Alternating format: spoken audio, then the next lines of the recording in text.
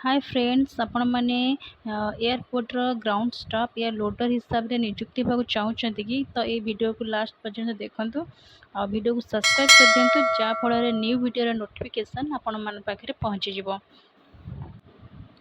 यार officially notification आपण माने केमिति पाइबे चलंतु सेटा हमें गूगल ने आईजीआई एविएशन सर्विस रिक्रूटमेंट एटा टाइप कर देबे जब आईजीआई एविएशन को क्लिक करेंगे।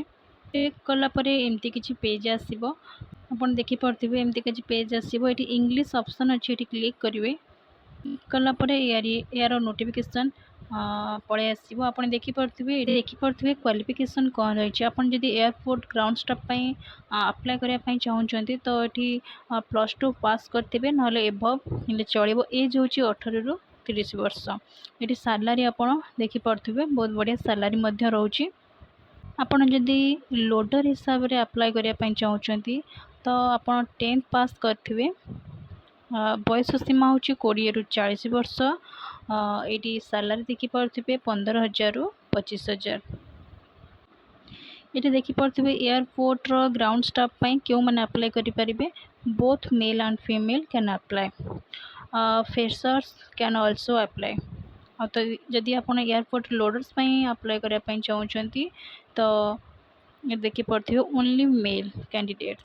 एयरपोर्ट लोडर पई केवल पुओ माने ही एलिजिबिलिटी। ये आपण देखि परथिबे एयरपोर्ट ग्राउंड स्टाफ पई कोन काम रहिछि तो एयरपोर्ट लोडर्स मान पई कोन काम रहिछि। देन आम देखा यार एग्जाम सिलेबस केमती कौन रोचे। एग्जाम सिलेबस होची आपण देखि परथिबे 90 मिनिट समय दिया जिवो। 100 मार्क रो क्वेश्चन आसीबो। General awareness, English knowledge, aviation knowledge, aptitude and reasoning. यार एग्जाम सेंटर कोड कौन पड़ो आपड़ जो भी स्टेट रहता ना कहीं ये देखिपारे एग्जाम सेंटर विथ कोड। आपड़ जदि ओडिशार होइथिबे ये देखिपे ओडिशार जदि आपण फॉर्म फिलअप करेंगे तो ये भुवनेश्वर एग्जाम सेंटर आसीबो।